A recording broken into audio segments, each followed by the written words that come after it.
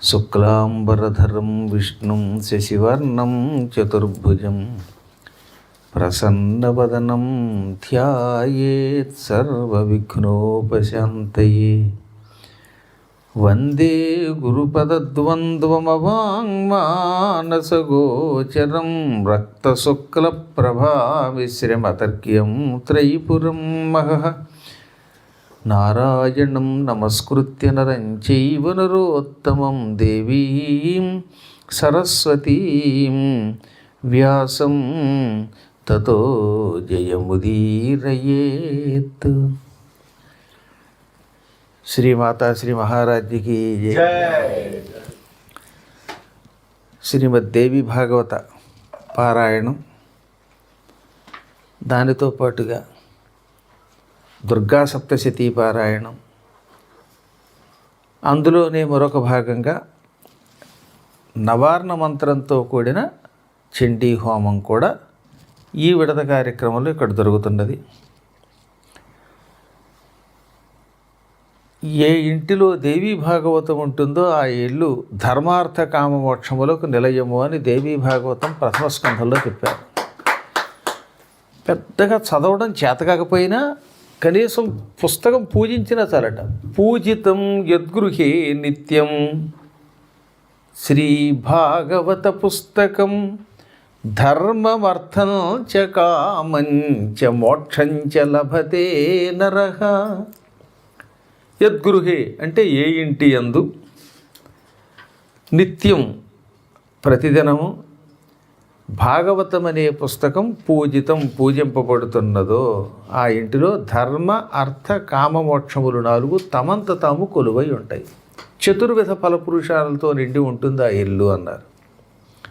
అటువంటి శ్రీమద్ భాగవతం, దేవీ భాగవతం 18,000 శ్లోకాలతో కూడినది. పురాణాలు సాత్వికములు, రాజసికములు, తామసికములు అని 3 రకాలు. ఎక్కువ సత్వకథలుంటే సాత్విక పురాణాలు అంటారు. అందులో అగ్రగణ్యమైనది ఈ దేవీ భాగవత గ్రంథం, సాత్విక పురాణం. ఈ పురాణంలో ఉన్న 18,000 శ్లోకాలు 18,000 మహామంత్రాలు. అవి కూడా అమ్మవారికి బాగా ఇష్టమైన మహామంత్రాలు. అమ్మవారికి ఇష్టమైన బీజములలో మాయా బీజము, కామరాజ బీజము, శక్తికూటము, వాగ్బీజము, ఈ 4 ఇందులోనే ఉన్నాయి. ఐంకారాన్ని వాగ్బీజము అంటారు. ఐం అని గురువుల ద్వారా ఉపదేశం పొంది పదే పదే జపం చేస్తే వాక్శుద్ధి పొందుతాడు మానవుడు. కనుక దానికి ఎవరి పేరు వాగ్బీజము, లేక సారస్వత బీజము, సరస్వతికి సంబంధించిన బీజము. నిజానికి సరస్వతి అంటే అర్థం ఏంటి? ప్రవహించున్నది అని అర్థం అండి. సరహవతి సరస్వతి అంటే నిత్యం ప్రవహించున్నది. ఎడతెరిపి లేకుండా మాట్లాడడం ఒక ప్రవాహం లాంటిది. కొంతమంది పురాణం మొదలు పెడితే ఏకధాటిన ఎన్ని గంటలైనా చెప్పగలుగుతారు. కొంతమంది మాట్లాడడం మొదలెడితే తడుకుని అంటూ ఏం మాట్లాడుతున్నాడో తెలియక మింగేస్తారు. అలా మింగకుండా ఒక ప్రవాహంలాగా ఉపన్యాసం పెడితే దానికి సరస్వతి అని పేరు. ఈ శక్తి ఇస్తోంది కనుక అమ్మవారిని సరస్వతీ దేవి అన్నారు. అందువల్ల అలాంటి సరస్వతిని ఇచ్చేటటువంటి బీజం వాగ్బీజం, ఐంకారం. క్లీం అనేది కామరాజ బీజం. కామము అంటే కోరిక, కోరికలు తీర్చడంలో రాజు వంటిది గనక దాన్ని కామరాజ బీజం అన్నారు. అంటే ఆ బీజాక్షరమును నిరంతరం విడిచిపెట్టకుండా గురూపదేశం పొంది జపం చేస్తే వాడు అనుకున్న కోరికలన్నీ చకచకా నెరవేరుతాయి. అందుకని దానికి కామరాజ బీజం అని పేరు. ఇప్పుడు మా దగ్గర ఏమైనా డబ్బుండి కట్టుతున్నాం, ఇన్నేసి గుడులు, ఇన్నేసి పీఠాలు, కాశీలో పీఠం, హైదరాబాద్లో పీఠం, ఏలూరులో పీఠం, బెంగళూరులో పీఠం, ఇలా అన్ని చోట్ల పీఠ స్థాపన చేస్తున్నామంటే చేతిలో కోట్లు పెట్టుకుని మొదలెట్టడం లేదు. అమ్మవారి బీజాన్ని జపం చేసి మొదలు పెడితే దానంతటదే అయిపోతుంది. ఎలా అవుతుంది, ఎలా వస్తుందంటే ఎవడికి తెలియదు. ఇప్పటికి కూడా వెనక్కి వెళ్ళి చూస్తే బాబోయ్ ఎంత గుడి కట్టామా అనిపిస్తుంది. మీ అబ్బాయి ఉపనయనం జరిగి అన్నాళ్ళు అయింది? 2 ఏళ్ళ 3 ఏళ్ళ? సంవత్సరం దాటింది. నేను ఎరిగి 24 అనుకుంటున్నాను. అవునా? 24 2024 25 కాదండి, 25 సరే 25 ఫిబ్రవరి అయితే ఇంత ఏడాదినా? 25 అయ్యాక నేను ఇక్కడికి వచ్చాను అన్నమాట. అయితే సరే, ఏదేమైనా అప్పటికి సత్యనారాయణ స్వామి గుడి ఆ కింద మంటపం అన్నీ ఉన్నాయిగా, అన్నీ పూర్తయ్యా. మీరు వచ్చే సమయానికి. అవి కేవలం 6 నెలల్లో నిర్మాణం అయింది. అందుకే చెబుతుంట సత్యనారాయణ స్వామి గుడి అంత అద్భుతమైన ఆలయం 6 నెలల్లో ఎలా పూర్తయిందంటే ఇప్పటికీ ఎవడికి తెలియదు. 2024 విజయదశమి నాడు ప్రారంభిస్తే 2025కి అయిపోయింది. ఏకంగా 23లో మొదలెడితే 24కి ఫిబ్రవరికి మాఘమాసానికి అయిపోయింది.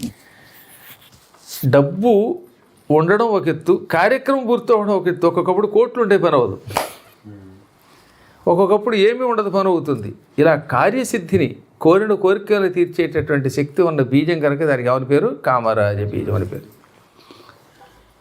ఇక శక్తిని ప్రసాదించే మరొక బీజం ఉన్నది, సౌహ్ అంటారు దాన్ని. అందుకే దానికి శక్తి కూటము అని పేరు. ఈ జపం వల్ల మనశ్శక్తి, శరీర శక్తి 2 లభిస్తాయి. మనస్సు దృఢంగా ఉండడం చాలా అవసరం ఉండయి. ఒక్కొక్కడు మంచి బలంగా ఉంటాడు కానీ పిరికాడు, ఉపయోగం ఉంది. ఈ శరీర బలం మానసికమైనటువంటి ధైర్యం లేనప్పుడు ఎందుకు పనికిరాదు. చిన్న ఎలక పిల్లితో పోరాడి మొన్న వచ్చిన జయం పొందింది. కారణం దానికి మానసికమైన దార్ఢ్యం ఉందన్నమాట. అందువల్ల కలియుగంలో ఎక్కువ మందికి మనోబలం లేకపోవటమే మూలము అన్నారు. అన్ని చిన్న చిన్న విషయాలు కూడా భయపడిపోతారన్నమాట.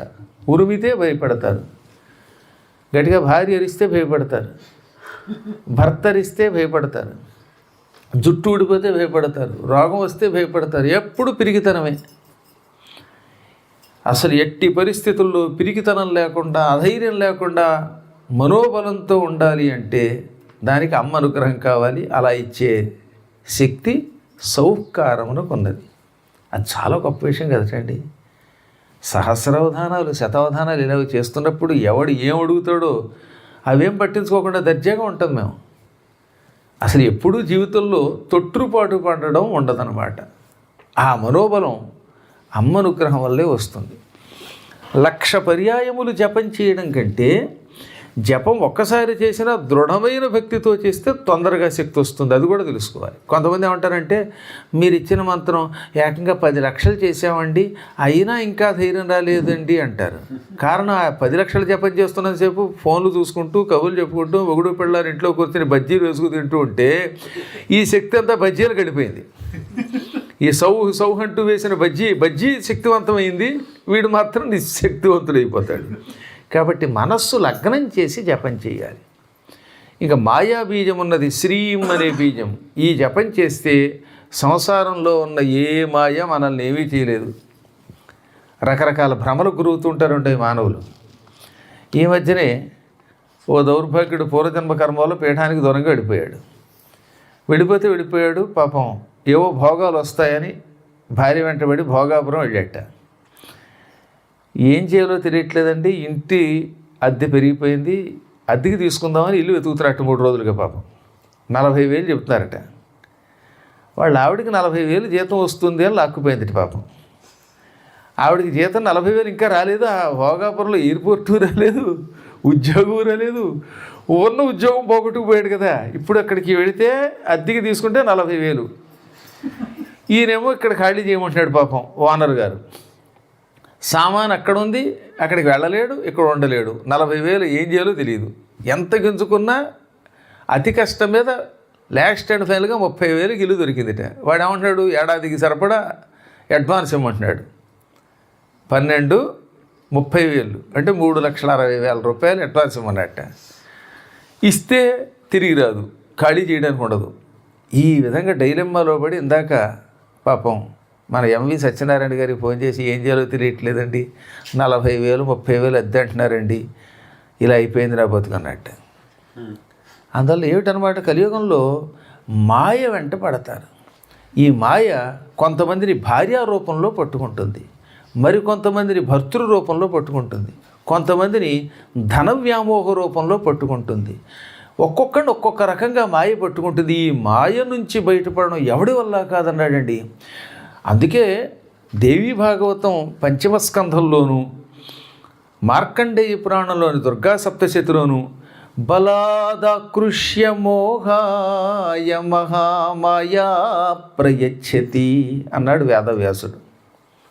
ఎంత జాగ్రత్తగా ఉందామనుకున్నా బలంగా మాయ పట్టుకుని వాణ్ణి పతనంలోకి లాక్కుపోతుంది, పట్టుకుపోతుంది ఎక్కడికో చోటికి. వాడు బాబోయ్ నేను మాయలో పడకూడదు అనుకున్నా సరే అమ్మవారి అనుగ్రహం లేనంతకాలం బలంగా ఎక్కడున్నా పట్టుకొని వాడిని ఏం చేస్తుంది, ఏదో ఒక పిచ్చి పనులు వాడిని ప్రవేశపెడుతుంది, చెయ్యరాని పని చేసేటట్టు చేస్తుంది, వాడు భ్రష్టుడైపోతాడు. అందుకని కలియుగంలో మాయకి గురి అవ్వనివాడు ఎవడైనా ఉంటాడా అంటే చాలా తక్కువ మంది ఉంటారు. ఈ మాయ క్షణకాలంలో కోటీశ్వరుణ్ణి బికారిని చేస్తుంది, ఎందుకు పనికిరాని వాడు గొప్పవాడిని చేయగలుగుతుంది. ఈ మాయ నుంచి బయటపడాలంటే ఏం చేయాలి, మాయా బీజాన్ని జపం చేయాలి. అది కూడా గురు కటాక్షం ఉంటేనే చేస్తట్టు, గురు ఉపదేశం లేని విద్య ఎందుకు పనికిరాదు. అందుకని గురువుల దగ్గర భక్తి శ్రద్ధలతో సేవ చేసి వినయంగా పట్టుకుని ఉపదేశం పొంది శ్రద్ధతో జపం చేస్తే ఈ భయంకరమైన మాయలోంచి బయటపడతాడు. కలియుగంలో మాయ ఎలా ఉంటుందో చెప్పాడండి. ఓ మంచి ఉద్యోగం చేసుకుంటూ సుఖంగా ఉంటాడట. అక్కడ నెలకు ఒక 5,000 పౌండ్లు 6,000 పౌండ్లు ఇస్తూ ఉంటే పక్క కంపెనీ వాడు ఏమంటాడు అనమాట, ఇంకొక 500 పౌండ్లు 1000 పౌండ్లు ఇస్తాను వచ్చి అంటాడు. సుఖంగా పని చేసుకుంటాడు వీడు. ఒక 1000 వస్తాయి కదా ఎక్కువ అని కక్కుర్తి కలుగుతుంది. అప్పుడు ఏం చేస్తాడన్నట్టు, అప్పటిదాకా గురువుగారికి చెప్పి ఏ పనైనా చేసేవాడు 1000 వస్తుంది కదా అని ఎవరికి చెప్పకుండా, భార్యకు కూడా చెప్పకుండా 1000 వచ్చింది కదా అని ఇందులోంచి అందులోకి జంప్ అవుతాడు. ఈ ఉన్న ఉద్యోగం పోయింది, కొత్త దాంట్లోకి వెళ్ళాక 240 కూడా తీసేస్తాడు.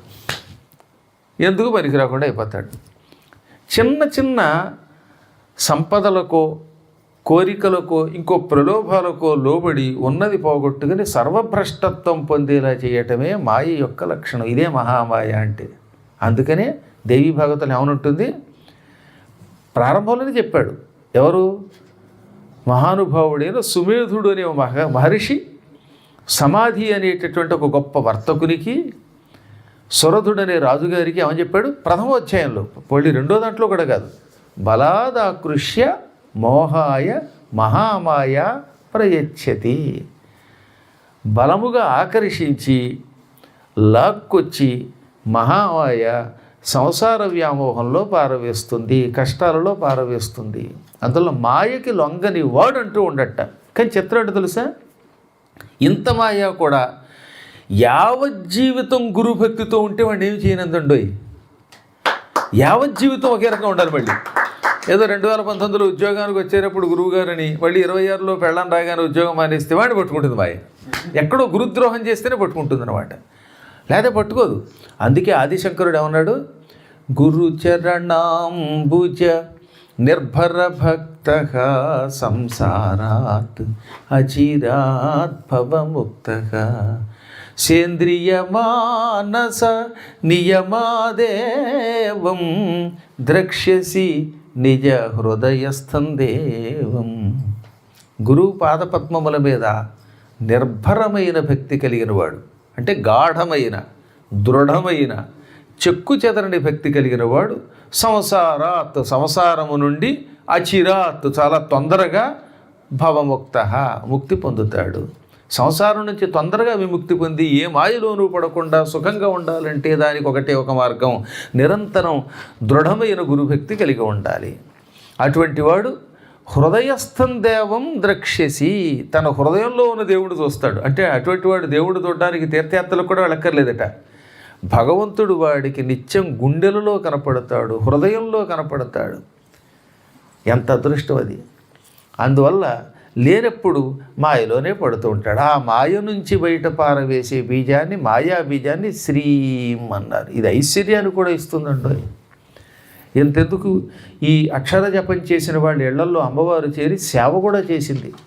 అమ్మకి ఎంత ప్రేమ అంటే, వీడు నా మాయా బీజ జపం చేస్తున్నాడు అంటూ వాడి ఇంటికి వెళ్ళి ఏదో రకంగా వాడికి సేవ చేస్తుంది. కరుణామూర్తి కదా అమ్మ. అందువల్ల అటువంటి వాడికి దాస్యం కూడా చేస్తానంది ఆవిడ.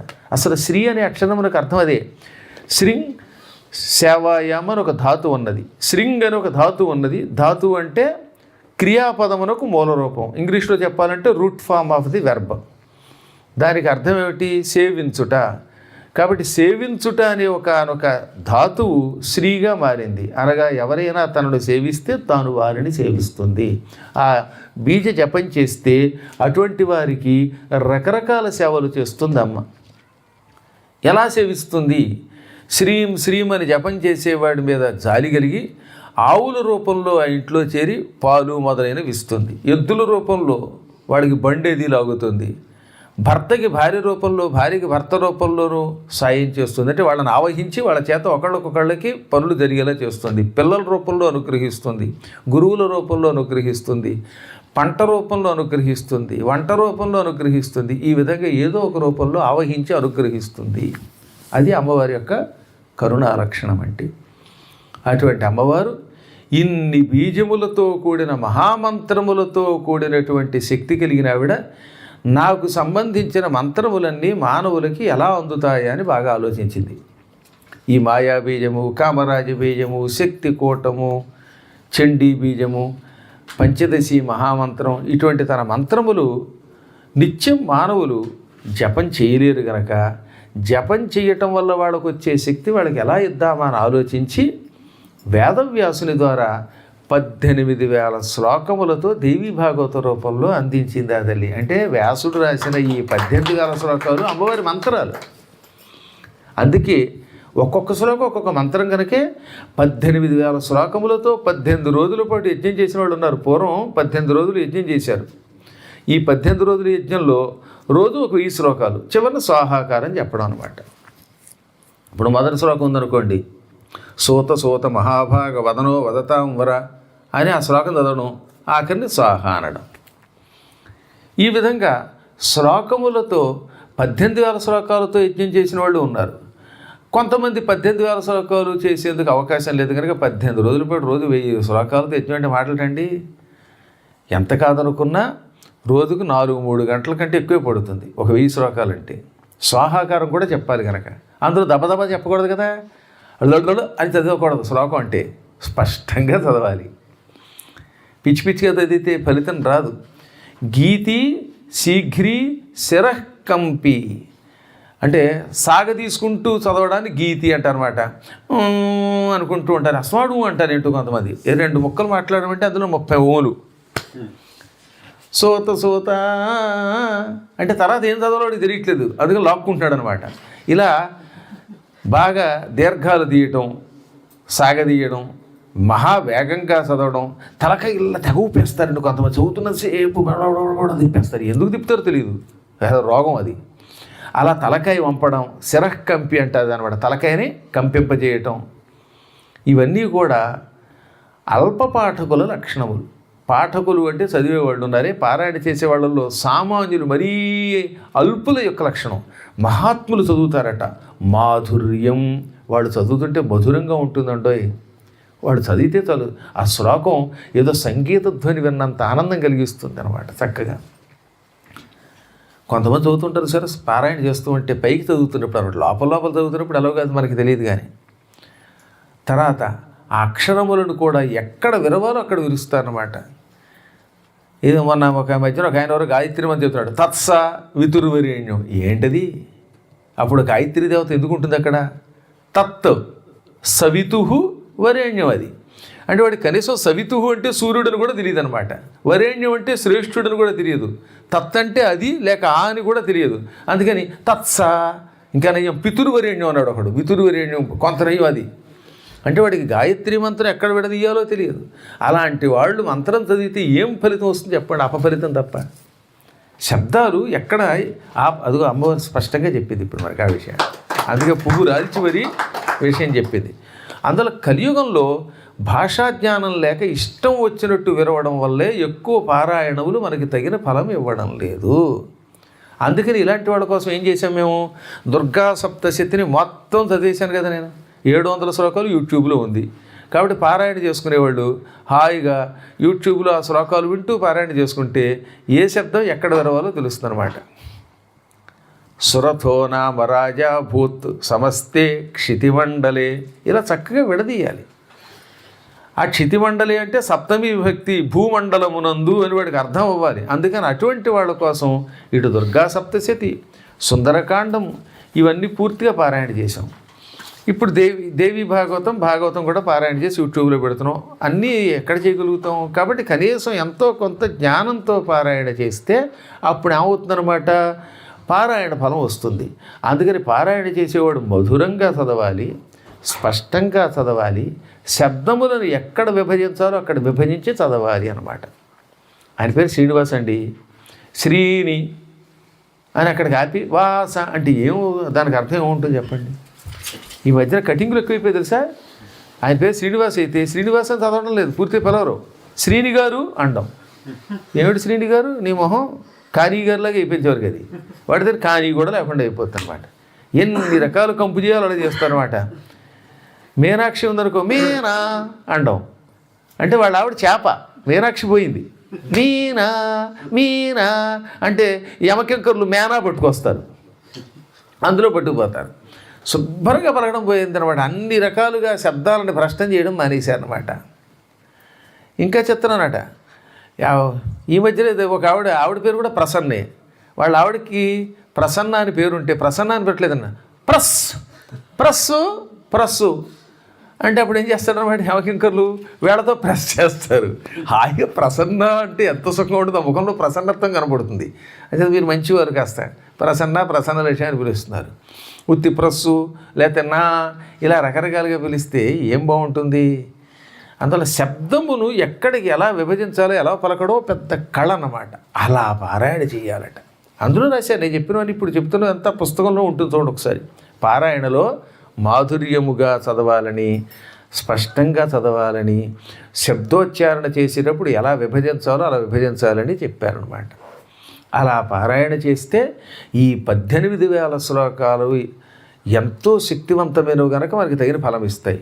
అలా పారాయణ చేస్తూ యజ్ఞం చేయాలంటే ఎంత కష్టం. రోజుకు 1000 శ్లోకాలంటే కనీసం పొద్దున 6ంటికి మొదలైతే 10ంటి దాకా ఇంచుమించుగా యజ్ఞం పడుతుంది సహకారంతో అన్నీ పూర్తి చేసేసరికి. కాబట్టి 18,000 శ్లోకములతో కూడిన యజ్ఞం చేయలేని వాళ్ళ కోసం దశాంశ భాగ యజ్ఞం పెట్టారు. అంటే అందులో 10వ వంతు అంటే ఏమవుతుందన్నమాట, 18,000ని 10తో డివైడ్ చేయండి, అప్పుడు 1800 శ్లోకాలు. 1800 శ్లోకాలతో యజ్ఞం చేయడం 9 రోజుల్లో కష్టం కాదు, రోజుకు 200 శ్లోకాలే కనుక. ఆ రకంగా ఆశ్వీజ మాసంలో లేక చైత్ర మాసంలో లేదా ఆషాఢ మాసంలో లేదా మాఘమాసంలో ఈ 4 మాసాల్లోనూ నవరాత్రుల్లో యజ్ఞం చేస్తే అటువంటి వాడు సాక్షాత్ అమ్మే అయిపోతాడు వాడు. అందుకని పూర్వం ఏం చేసేవారు, దసరాల్లో దేవీ భాగవత యజ్ఞం, ఈ చండీ యాగం చేస్తున్నప్పుడు అందులో దేవీ భాగవత యజ్ఞం కూడా చేసేవారు. అనగా రోజుకు 200 శ్లోకాలతో స్వాహాకారంతో యజ్ఞం చేసేవారు అనమాట. ఆ ఆఖరణ పూర్ణాహుతి చేస్తారు. ఈ దేవీ భాగవత పారాయణ చేసేటప్పుడు, ఈ యజ్ఞం చేసేటప్పుడు ముఖ్యంగా నవరాత్రుల్లో 4 నవరాత్రులు అని చెప్పాం కదా, ఆశ్వీజ మాసము, చైత్రమాసము, ఆషాఢమాసము, మాఘమాసాల్లో ఈ నవాహ దీక్షతో పారాయణము యజ్ఞము చేసేటటువంటి వాడు మహాష్టమ్యాం సమభ్యర్చ్య హైమసింహాసన స్థితం. అష్టమి నాడు మాత్రం అమ్మని పూజించాలి. ఆశ్వీజ శుక్ల అష్టమి, చైత్ర శుక్ల అష్టమి, మాఘ శుక్లాష్టమి, ఆషాఢ శుక్లాష్టమి, ఈ 4ంటిని మహాష్టమి అంటారు, ఉత్తప్పుడు అష్టమి అంటారు. ఈ 4 మాసాల్లో మాత్రం ఏమంటారు, మహాష్టమి లేక దుర్గాష్టమి అంటారు. వ్యవహారంలో కేవలం మనం ఆశ్వీజ మాసంలోనే దుర్గాష్టమి అంటున్నాం కానీ సహజంగా ఈ 4 మహాష్టములే. ఈ అష్టమి నాడు అమ్మని పూజించాలి. ఆ తర్వాత ఏం చేయాలి, బంగారపు సింహాసనం మీద పుస్తకం పెట్టి దేవీ భాగవతాన్ని దానం చేయాలి. అలా చెబితే పారిపోతారు ఇప్పుడు. అందుకని ఏం చేశారు వాడు, బంగారం పోయింది, బంగారానికి బదులుగా ప్రత్యామ్నాయం అన్నారు. ఇప్పుడు చూశారు కదా, తద్దినంలో మనస్సంకల్పే సువర్ణం అన్నారు అనుకోండి, సువర్ణ బదులు రూపాయి వెళ్ళేయడం. రూపాయి వెళ్ళకి బంగారమా, వీడి మొహానికి ఏమొస్తుంది, రూపాయికి అసలు ఏమీ రాదు. అయినా సరే పాపం పరిమిత సువర్ణదానం అనగానే వీళ్ళు ఆనందపడిపోయి రూపాయి బెళ్ళో 2 రూపాయల బెళ్ళు, ఇంకా పావలా బెళ్ళు కూడా వేస్తున్నారు కొందరు. అలా అవి లేని ఆ కాయిన్లు కూడా తీస్తున్నారు. అలా వేసి తప్పించుకుంటున్నారు. కానీ సువర్ణములకు ప్రత్యామ్నాయం అంటే ఎంతో కొంత స్వల్పశక్తితో అయినా ఎంతో కొంత మనం ధనం దానం చేయాలి. ఇది మీలాంటి వాళ్ళు గొప్ప వాళ్ళు ఉన్నారంటే వాళ్ళు ఎలాగో కేజీ బంగారంతో సింహాసనం చేయించగలరు అనుకోండి, పెద్ద కష్టం ఉంది. నెక్స్ట్ ఈయన వచ్చేసరికి ప్రసన్న లక్ష్మీ కటాక్షంతో శ్రీనివాస్ గారు ఓ 1/2 కేజీకి తక్కువ కాకుండా బంగారం సింహాసనం చేయించకపోతారా, దాని మీద దేవీ భాగవతాన్ని పెట్టి ఊరేగించకపోతారా, మళ్ళీ ఆ సింహాసనాన్ని ఆయన తన ఖర్చుతో ఇండియా పంపకపోతారా?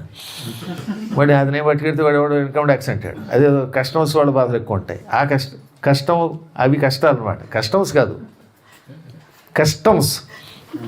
ఈ కష్టాలు మనం పడలేము. కానీ కలియుగంలో అలా చేయలేరు కనుక దాని బదులు ఏం చేశారు, బంగారము ఏదో నామకే వస్తే ఇంత వేసి సింహాసనం తయారు చేయించి దాని మీద కూడా పెట్టి ఊరేగించవచ్చు. వేదవ్యాసుడు కరుణాస్వరూపుడు అండోయ్. సామాన్యుల కోసం ఏం చేశాడు, బంగారం లేకపోతే వెండి అన్నాడు, వెండి లేకపోతే ఇత్తడి అన్నాడు, అదులైతే మట్టి సింహాసనం మీద కూడా పెట్టి ఊరేగించవచ్చు అన్నాడు. కానీ అలా అన్నాం కదా అని విత్తశాఠ్యన్నకారయేత్, పిసిరిగొట్టుతనం చూపించద్దు. డబ్బు దగ్గర శాఠ్యము అంటే లోభత్వం చూపించద్దు అన్నాడు. ఉండి లోభం చూపించకూడదు. సినిమాకి కావాలంటే ఎంతైనా ఖర్చు పెడతారు కొందరు. సాయంకాలం బారు దేఖో అన్నదానికి బోర్డు ఖర్చు పెడతారు. ఇలాంటి కార్యక్రమాలు ఖర్చు పెట్టరు కనుక అలాంటి లోభులు మాత్రం ఈ వ్రతాలు చేయకుండా ఉండడమే మంచిది. పాపం కొంతమందికి చాలా తక్కువ ఆదాయం వస్తుంది. అలాంటి వాడు మట్టి సింహాసనం మీద పెట్టినా అది బంగారపు సింహాసనం మీద భాగవతాన్ని పెట్టి ఊరేగించడంతో దానం చేయడంతో సమానమే. అందుకని పేదవాడికి ఎన్నో మినహాయింపులు ఇచ్చారు మన పురాణాలు. మృణ్మయ పాత్ర అన్నారండి హైమసింహాసనం బదులుగా. కానీ మొత్తం దానం మాత్రం చెయ్యాలి. ఈ విధంగా అర్చన చేస్తే అప్పుడు అమ్మవారి యొక్క సంపూర్ణ అనుగ్రహం లభిస్తుంది. ఇది భాగవతంలో, దేవీ భాగవతంలో ప్రథమ స్కంధంలో మొదటి అధ్యాయంలో చెప్పిన మాట అన్నమాట. ఎటువంటి పాపాత్ములైనా ఈ కలియుగంలో తరించడానికి ఒక్క సులభోపాయం శ్రీమద్ భాగవతము. ఏ దుర్హృద పాపరత విమూఢ హింసారత నాస్తిక మార్గసక్తాగా, దుష్టబుద్ధి కలిగిన వాళ్ళు, నిత్యం పాపాల మీద ఆసక్తి కలిగిన వాళ్ళు, ఎప్పుడు హింసతో బతికేవాళ్ళు, వేద మార్గాలకి విరుద్ధంగా బతికే నాస్తికులు, ఇటువంటి వాళ్ళు కూడా తెలుసో తెలియకో శ్రీమద్ దేవీ భాగవత పారాయణలో పాల్గొంటే వాళ్ళు రాలేకపోతే గోత్రనామాలు ఇచ్చేదే ఈ సప్తాహంలోనో నవాహంలోనో పాంచాహరిక దశలోనో పాల్గొంటే అటువంటి వాళ్ళు తక్షణం తరిస్తారు. నిజం చెప్పాలంటే అమృతం కంటే ఈ దేవీ భాగవత అమృతం గొప్పది అన్నారు. సుధాం పిబన్ ఏక ఏవ నరస్యాదజరామాహ దేవీ భాగవతం కుర్యాత్ కులమేవాజరామరం. అమృతం తాగిన వాడిని ఒక్కడే బాగు చేస్తుంది. మీ అదృష్టం బాగుండి ఇంద్రుడు వచ్చి ఒక గ్లాస్ అమృతం ఇచ్చాడు అనుకుందాం. ఆ అమృతం తాగితే ఆ తాగినవాడు ఒక్కడే ముసలితనము చావు లేకుండా ఉంటాడు, నాలా అందంగా ఉంటాడు వాడొక్కడే. అది కూడా కలియుగాంతం వరకు. కానీ ఈ దేవీ భాగవతం అనే అమృతం తాగితే ఆ వంశం అంతా అజరామరం అవుతుందంటే వీళ్ళంతా శాశ్వతంగా అమ్మవారి దగ్గరికి వెళ్ళిపోతారన్నమాట. అందువల్ల ఈ లౌకికామృతం కంటే, దేవతలు ఇచ్చే అమృతం కంటే దేవీ భాగవతామృతమే గొప్పదని భావిస్తూ ఉంటారు మహానుభావులైనటువంటి వాడు. ద్వాపరయుగం రాగానే మానవుల మీద జాలి కలిగి అమ్మవారు వేదవ్యాసుడిని పుట్టమని ఆజ్ఞాపించింది. విష్ణోరంసో మునిర్జాతః సత్యవత్యాం పరాశరాత్ విభజ్య వేదాంశ్చతురః శిష్యాన్ అధ్యాపయత్పురా.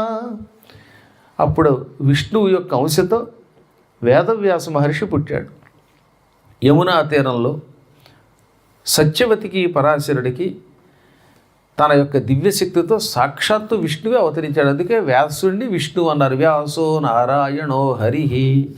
వ్యాసుడంటే సాక్షాత్తు విష్ణువే. అలా అవతరించి ఏం చేశాడు ఆయన, లోకశ్రేయస్సు కోసం ఏం చెయ్యాలి అని బాగా ఆలోచించాడు. వేదములు అనంతములు, అవి సామాన్య మానవులు చదవలేరు. చదివేవాళ్ళు కూడా ఏదో కొద్దిగా చదువుతారు. నిజంగా మహానుభావులైన పండితులు కూడా వాడు చదివింది అంత ఉంటుంది. పూర్తిగా వేదం మీద అవగాహన ఎవడికి రాదు. ఘనపాటి అందులో ఘన వరకే చదవగలుగుతారు.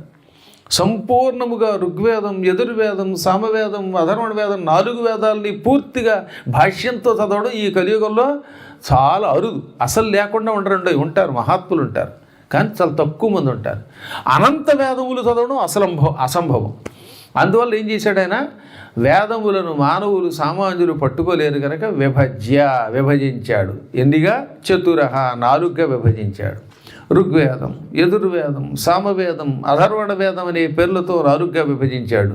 అందులో ఋగ్వేదాన్ని పైలుడు అనే శిష్యుడికి ఇచ్చాడు, యజుర్వేదం వైశంపాయనుడికి ఇచ్చాడు, సామవేదం జైమిని మహర్షికి ఇచ్చాడు, సుమంతుడు అనేవాడికి అథర్వణ వేదం ఇచ్చాడు. ఈ వేదములలో ఉన్న సారం సామాన్యుడికి అర్థం కాకుండా ఉంది. అంటే వేదం చదివినా చాలామందికి అర్థం తెలియదంటాయి. సంస్కృతం మీద ఎంత పాండిత్యం ఉంటే ఎప్పటికి తెలుస్తాయి అవన్నీ.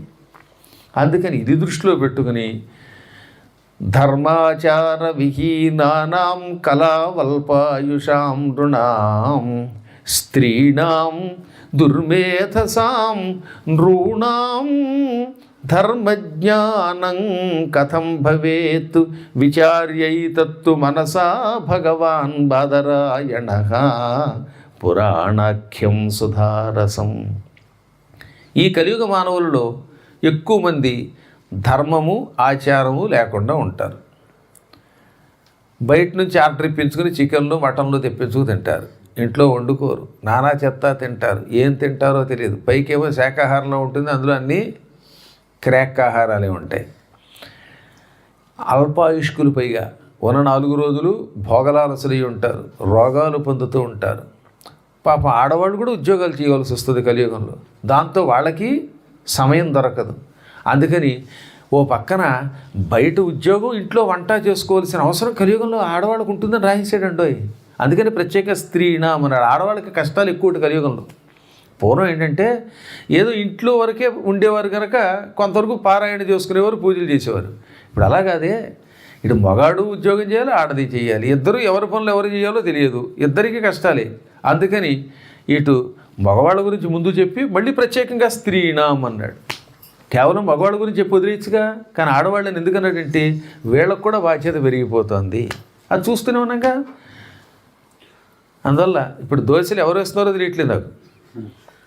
శ్రీనివాస్ గారు వేస్తున్నారా, మన ప్రసన్న గారు వేస్తున్నారా? ఎందుకంటే ఇద్దరు సాయం చేయవలసిందే. ఇద్దరిలో ఎవరు లేకపోయినా లేకుండా అయిపోతుంది. ఇది కలి లక్షణము. అసలు లేకపోతే ఇల్లు గడవని స్థితి వచ్చేసిందిట. అందుకని ప్రత్యేకంగా పాపం నిరంతర శ్రమతో ఉండే ఆడవాళ్ళు, ఇది కాక దుర్బుద్ధులు కొందరు ఉంటారు, అటువంటి వాళ్ళు, తెలివితేటలు తక్కువ ఉన్నవాళ్ళు, అటువంటి మానవులకి ధర్మజ్ఞానం తేలికగా ఎలా కలుగుతుంది? ధర్మం విడిచిన వారు, దుష్ట బుద్ధులు, పాపం ఇంట్లోనే నానాయాతన పడిపోతున్న ఆడవాళ్ళు, తెలివి తక్కువ వాళ్ళు, ఇలా అన్ని రకాల వర్గాలని దృష్టిలో పెట్టుకుని అందరికీ కూడా అమ్మ అనుగ్రహం కలగాలి, ధర్మం కలగాలి అని భావించి మోక్షం ఎలా వస్తుందని ఆలోచించి వారి కోసం పురాణములు రచించాడు ఆయన. పురాణాఖ్యం సుధారసం, అమృతం వంటి పురాణాన్ని ఇచ్చాడు. అంటే కలియుగంలో మానవులు ఏమీ వినలేకపోయినా, ఏమీ చేయలేకపోయినా హాయిగా భక్తితో అప్పుడప్పుడు గురువుగారు ఇలా వస్తున్నప్పుడు, సంవత్సరానికి ఒకసారో 2 సార్లు వచ్చినప్పుడు 2 రోజులు 3 రోజులు ఆయన ఎన్ని రోజులు ఇచ్చారని ఆలోచించకండి. 9 రోజులు ఉండండి, 900 రోజులు ఉండండి అంటే వచ్చే ఉపయోగం లేదు. ఉన్న 3 రోజులు సద్వినియోగం చేసుకోండి. అప్పుడు ఎంతో కొంత పురాణం వినమన్నాడు. ఒక్క అక్షరమైన వినమన్నాడు అండి. నేను చెప్పేదంతా అందులో చెప్పేది చెబుతున్నాను. అయ్యి బాబాయ్ గురువు గారు బొత్తిగా 10 రోజుల్లో వెళ్ళిపోతున్నారండి, మా ఇంట్లో 3 రోజులు కూడా ఉండటం లేదని ఏం వెంకట్టుకోక్కర్లేదట. ఏడాది ఉంటే ఉపయోగం ఉంది. నిజంగా ఏడాది ఉంటే మీరు నన్ను పోషిస్తారా? అడిగి పారిపోతారు. ఒక పూట చేసేసరికి అడిగిపోతున్నారు. గురువు గారండి మా అబ్బాయిని స్కూల్కి దేపెట్టాలండి, మా అమ్మాయిని దేపెట్టాలండి, కాబట్టి కాసేపు ఇంట్లో ఉండండి అంటారు. 2 రోజులు పోతే మొదటి రోజున గురువు గారికి అట్టేసి పెట్టిన వాళ్ళు 2వ రోజు మీరే మాకు కూడా వేసి పెట్టండి అంటారు. కాబట్టి సంవత్సరం అంతా ఉంటారన్నా కష్టమే మీకు. నాకు తెలియదు ఏముంది, 16 రోజుల పండుగ అంటే ఏంటనుకుంటారు అల్లుడికి. అల్లుడు మరీ బొత్తిగా నేను ఇంక మీ ఇంట్లోనే ఉంటాను అత్తగారు అన్నారనుకో, మొదటి రోజు పెసరట్టు ఉప్మా పెడతారు, 2వ రోజు పెసరట్టు కూడా వేయరు, ఆ తర్వాత 4వ రోజు గొడ్లిచ్చి కాయమంటారు. కాబట్టి ఎన్నాళ్ళు ఉన్నారు గురువులు అన్నది మనకు అక్కర్లా. ఉన్న కాసేపు ఈ పురాణం అనేటటువంటిది ఆయన ద్వారా శ్రద్ధగా పారాయణ చేయించుకొని పురాణ రూపంలో, కథారూపంలో వినండి. వింటే చాలు వాళ్ళు తరిస్తారు. దినమర్థం తదర్థం వా ముహూర్తం క్షణమేవ వా ఏ శృణ్వంతి సదా భక్త్యా నతేషాం దుర్గతి క్వచిత్. ఎంతసేపు వినాలి పురాణం అంటే దినం అంటే ఒక పగలంతా వినండి. ఇప్పుడు ప్రస్తుతం పగలు మీకు 14-15 గంటలు ఉంటుంది ఏకంగా. రాత్రి తక్కువ పగలు ఎక్కువ. 16 గంటలు ఉంది. 16 గంటలంతా వినడమే అమ్మో అంటే తదర్థం, అందులో సగం, దినములో సగం. అబ్బే 16 గంటల్లో సగం 8 గంటలు కూడా వినలేమంటే మళ్ళీ తదర్థం వా, అందులో సగం 4 గంటలైనా వినండి. 4 గంటలు వినలేమండి, చాలా కష్టం అండి. అంటే ముహూర్తం ఒక 48 నిమిషాలైనా వినండి. క్షణమేవవా, అంత కూడా వినలేకపోతే క్షణమైనా వినండి. అందుకే కొంతమంది చివరిలో వస్తారు చూడండి, ఇది గురువుగారు ఎలాగో చెప్పారు కదా క్షణమైనా విందాం అని వస్తారటువంటి. కనీసం ఒక క్షణకాలమైనా వినండి. ఏ శృణ్వంతి సదా భక్త్యా నతేషాం దుర్గతి క్వచిత్. కనీసం ఒక క్షణమైనా ప్రతిదినము పురాణమును శ్రద్ధతో వింటే అటువంటి వాళ్ళకి దుర్గతులు ఉండవుగాక ఉండవు. అంత శక్తివంతమైనవి ఈ పురాణములు. ఆ పురాణములలో కూడా అత్యంత సాత్విక లక్షణం కలిగిన ఈ దేవీ భాగవతం అనే పురాణం యొక్క మహిమ ఇంతెంతని చెప్పలేము. నిజానికి తీర్థయాత్రలు చేయకపోతే తరించరని శాస్త్రం. గంగా, గయ, కాశీ, ప్రయాగ ఇవన్నీ. ఒకవేళ ఏ కారణము చేతనైనా ఉద్యోగాల ఒత్తిడి వల్ల, విదేశాల్లో ఉండడం వల్ల, ధనం లేకపోవటం వల్ల తీర్థయాత్రలు చెయ్యలేకపోతే ఆల్టర్నేషన్ ఈ పురాణం వినడం అట.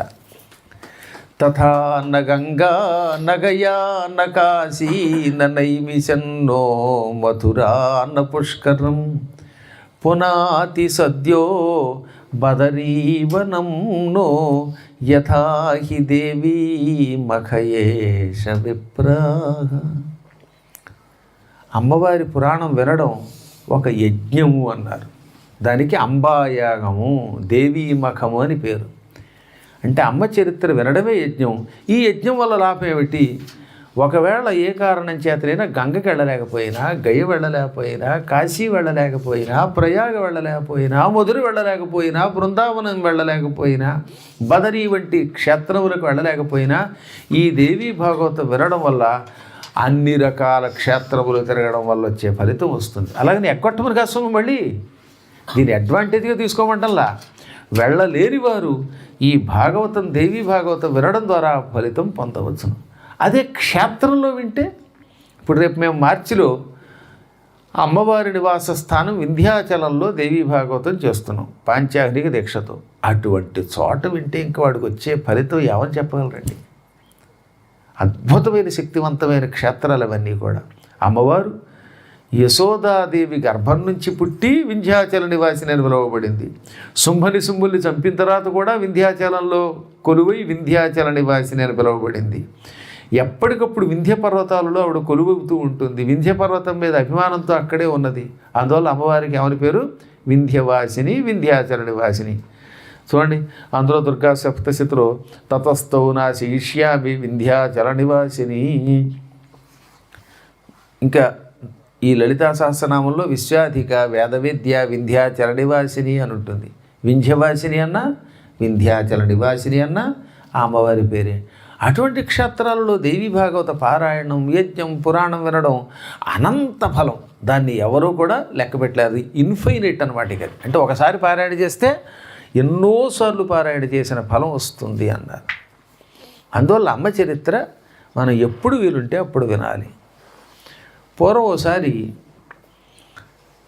నారద మహర్షికి తీర్థయాత్రలు చేయాలనిపించింది. అలా చేస్తూ చేస్తూ చేస్తూ బ్రహ్మలోకానికి కూడా వెళ్ళాడు. తీరా వెళ్ళే సమయానికి బ్రహ్మగారు కళ్ళు మూసుకుని ధ్యానంలో ఉన్నాడు. కాసేపు ఆగి బ్రహ్మ ధ్యానంలోంచి బయటకు వచ్చాక, నువ్వెవరిని ధ్యానం చేస్తున్నావు అన్నాడు. పరాశక్తిని అన్నాడు ఆయన. అదేమిటయ్యా, నువ్వు సృష్టికర్తవు అనుకున్నాను. సృష్టికర్తమైన నువ్వు కూడా పరాశక్తి గురించి ధ్యానం చేస్తావంటే నేనే కాదు, త్రిమూర్తుల ముగ్గును అమ్మవారిని ఎప్పుడు ధ్యానం చేస్తున్నాం కాబట్టి మా కార్యక్రమాలు మేము చేయగలుగుతున్నాం. బ్రహ్మ, విష్ణువు, శివుడు కూడా నిరంతరం అమ్మవారి మాయాబీజాన్ని జపం చేస్తూ ఉంటాం. నేను కూడా ఒకసారి నీలాగే భ్రమ పొందాను. ఓసారి వైకుంఠానికి వెళ్ళాను. ఆ సమయంలో విష్ణువు కఠోర దీక్షతో పద్మాసనం మీద కూర్చుని జపం చేస్తున్నాడు. అప్పుడు నాకు అనుమానం వచ్చింది. ఆయన జపం పూర్తయ్యాక స్వామి మీరెవరి కోసం తపస్సు చేస్తారని అడిగితే అప్పుడు ఆయన నాయన నిన్ను నన్ను రుద్రుణ్ణి ముగ్గురిని కూడా 3 శక్తులు మనకిచ్చి సృష్టి స్థితులైకారకుల్ని చేసిన సర్వలోకేశ్వరి అనంత శక్తి స్వరూపిణి జగన్మాత ఆవిడ గురించి పరాశక్తి కోసం ధ్యానం చేస్తున్నాను అన్నాడు ఆయన. అందువల్ల మేము ముగ్గురం కూడా అలా జపం చేస్తాం, నీకు తెలుసున్న కథ కదా అని అప్పుడు నారదునికి ఆయన చెప్పాడనమాట. ఓసారి దేవతలకి దానవులకి ఘోర యుద్ధం జరిగింది. 10,000 సంవత్సరాలకు, ఒక రోజు 2 రోజులు కాదు, అయుత వర్షములు అన్నారంటే 10,000 సంవత్సరములు దేవదానవుల మధ్యలో ఘోర యుద్ధం జరిగింది. ఆ యుద్ధం అయ్యాక అలిసిపోయాడు విష్ణువు. అమ్మ బాబోయ్ అని విశ్రాంతి తీసుకోవడానికి ఒక సమతల ప్రాంతానికి వచ్చాడు. ఎత్తులు పల్లాలు లేకుండా అలా ఒకే రకంగా ఉన్నటువంటి సమతల ప్రాంతంలో ధనుస్సు బాగా ఎక్కుపెట్టి అల్లెతాడు మీద తల పెట్టుకొని పడుకున్నాడు ఆయన. ధనుస్సునకు తాడు ఉంటుంది కదా, నారి, సంస్కృతంలో నారి అంటారు, దాన్ని తెలుగులో అల్లెతాడు అంటాం అనమాట. మంచి బలమైన అల్లెతాడు గట్టిగా లాగి దాని మీద తల పెట్టుకుని యోగ నిద్రలో గడిపాడు ఆయన. విష్ణువునకు కూడా దేవదానవ యుద్ధంలో మాయాశక్తి వల్ల నిద్ర వచ్చింది. అమ్మవారు శ్రీ, పుష్టి, తుష్టి, కీర్తి, కాంతి, ఇలా, ఊర్జ, విద్య, అవిద్య అని 9 రూపాల్లో ఉంటుంది. అందులో అవిద్యామాయ నిద్రా రూపంలో పట్టుకుంటుంది. నిద్ర ఎంత ఉండాలో అంత లేకపోయినా అనారోగ్యం, ఎక్కువైనా అనారోగ్యమే.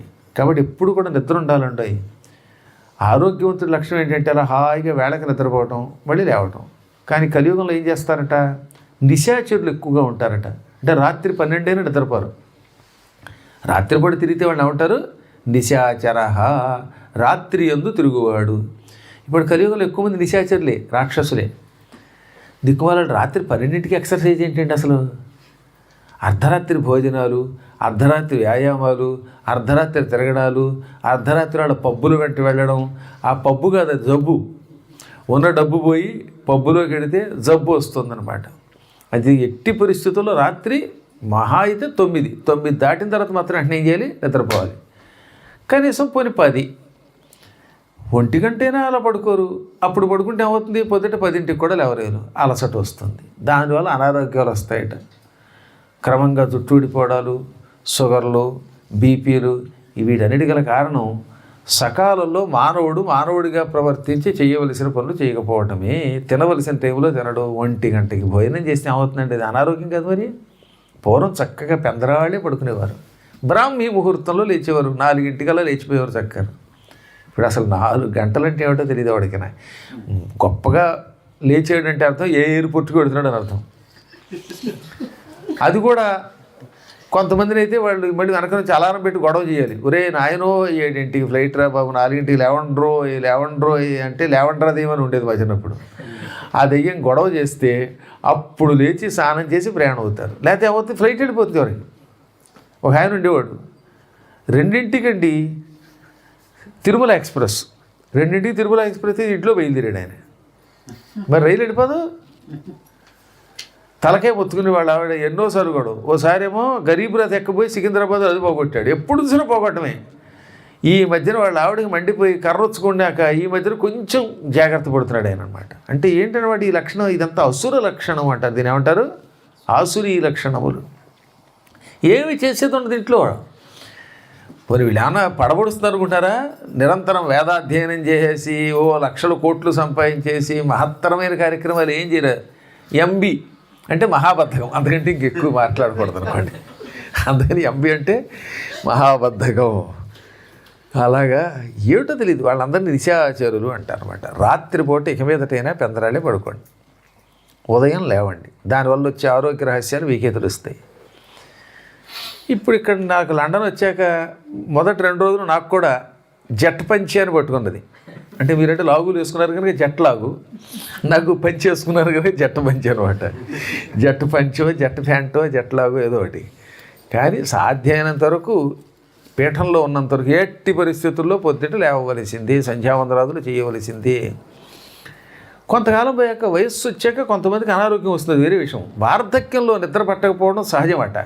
కానీ చిన్నప్పటి నుంచి పిల్లలకు అలాగే అలవాటు చేస్తున్నారండి. వాళ్ళు అందరికీ సెల్ ఫోన్ కొనివ్వడం. 90,000 ఫోను, ₹1,50,000 ఫోను పిల్లలకి చేతిలో పెడితే వాడు ఏం చేస్తారు, రాత్రి అంతా చూస్తూ ఉంటారు టిక్ టిక్ టిక్ టిక్ అని. దాంతో పొద్దున్న లేవరు, కళ్ళు ఇలా బయటకు వస్తాయి. 3 ఏళ్ల పిల్ల కళ్ళజోడు. ఇప్పటికి నాకు ఇంకా కళ్ళజోడు కేవలం చదవవలసి వస్తే చిన్న అక్షరాలు చదివితే తప్ప అవసరం లేదు నాకు. ఇప్పుడు ఎక్కడ చూసినా కళ్ళజోడే.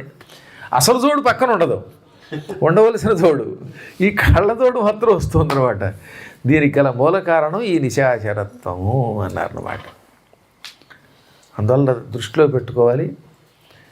పాపం స్వామివారు 10,000 సంవత్సరములు యుద్ధం చేయటం వల్ల యోగ నిద్రను ఆవహింపజేసుకున్నాడు.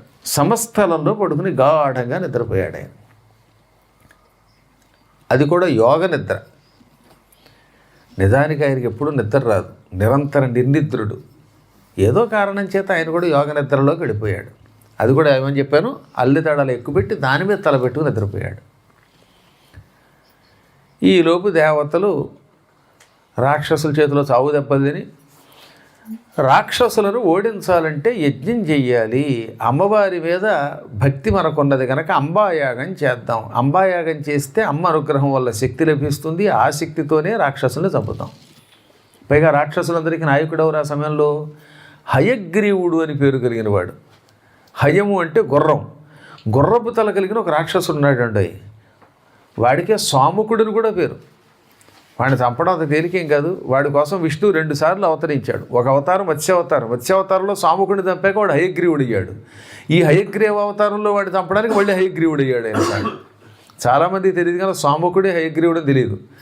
అందుకే భాగవతం చదవాలి. భాగవతం 9వ స్కంధంలో ముష్టిదళిత గ్రావున్ హయగ్రీవునిన్ అంటాడు. పిడికిలితో కొడితే కొండలు పగిలిపోతాయట. ముష్టి అంటే ఏమిటి? పిడికిలి. పిడికిలితో కొండనలా కొడితే కొండ కూడా పగిలిపోతుందట. అందుకని హయగ్రీవ ముష్టిదళిత గ్రావహ అన్నారు. అంత గొప్పవాడు వాడు. 2 సార్లు పుట్టాడనమాట వాడు. స్వామకుడిగా పుట్టి మత్స్య రూపంలో ఉన్న స్వామి చేతిలో చచ్చి మళ్ళీ పుట్టి హయగ్రీవుడై ఈసారి మళ్ళీ హయగ్రీవుడిగా ఉన్న విష్ణువు చేతిలో చచ్చాడు. అటువంటి హయగ్రీవుడు రాక్షసులకి ప్రస్తుతం నాయకుడు. వాడితో యుద్ధంలో విష్ణువు కూడా అలిసిపోయి నిద్రపోయాడు. ఇప్పుడు విజయం కావాలంటే అంబాయాగం చేయాలి. యాగం చేయాలంటే తప్పనిసరిగా దానికి అధిష్టాన దేవతలు 3 త్రిమూర్తులు ఉండాల్సిందే. బ్రహ్మ, విష్ణువు, రుద్రుడు లేని యజ్ఞం కాదు. పొరపాటున ఎవడైనా విష్ణువు లేకుండా కానీ, రుద్రుడు లేకుండా కానీ, బ్రహ్మ కానీ లేకుండా, 3 ఎవరు లేకుండా యజ్ఞం చేసినా ఆ యజ్ఞం సర్వనాశనం అవుతుంది. ఇదో దక్షుడు ఏం చేశాడు? అరుద్రం యాగం కరోమి, రుద్రుడు లేని యాగం చేస్తానడగానే ఆ యాగాన్ని వీరభద్రుడు ధ్వంసం చేసి పారేశాడు. కాబట్టి త్రిమూర్తుల యొక్క వాటా లేకుండా యజ్ఞం ఉండదు. అందువల్ల వీళ్ళు యజ్ఞం చేయడానికి అన్ని ఏర్పాట్లు చేసుకున్నాక బ్రహ్మని పిలిచారు, వచ్చేశాడు. శివుడిని పిలిస్తే ఆయన వచ్చాడు. విష్ణువుని ఆహ్వానిస్తే రావట్లేదు. ఎందుకనైనా ఒక సమతల ప్రదేశంలో అల్లితాడు మీద తలపెట్టుకుని నిద్రపోతున్నాడు. దేవా విష్ణుదేవా రా రా అన్నారు. అబ్బాయి రావడం లేదు ఆయన. ఆవాహయామి అన్న, స్థాపయామి అన్న, పూజయామి అన్న కదలడం లేదు ఆయన. గాఢంగా నిద్రపోతున్నాడు. ఇది ఎక్కడ గొడవరా? విష్ణువు లేకపోతే యజ్ఞం జరగదు, యజ్ఞం జరగకపోతే అమ్మవారి అనుగ్రహం ఉండదు, అమ్మ అనుగ్రహం లేకపోతే శక్తి ఉండదు, శక్తి లేకపోతే రాక్షసుల్ని చంపలేం.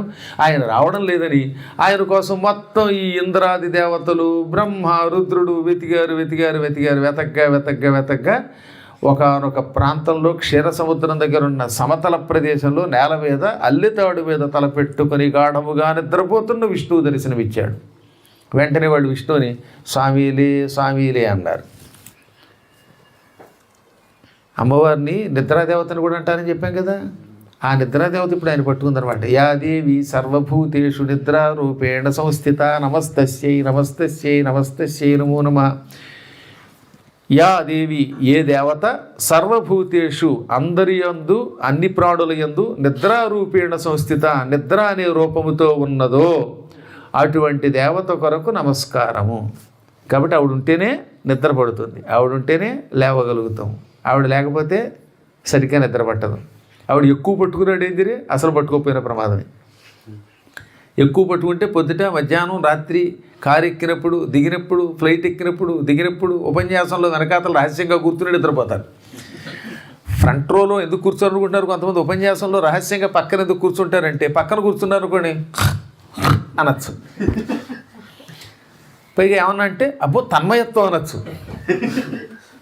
నిజంగా అలాంటి వాళ్ళు కనపడుతూ ఉంటారు. అప్పుడప్పుడు ఉపన్యాసాలు కూర్చుని కొంతమంది అండి అందులో కళ్ళతోడు పెట్టుకుంటారు కదా, అసలు ఏముందో కళ్ళ వెనకాతలు మనకి తెలియదు భావం.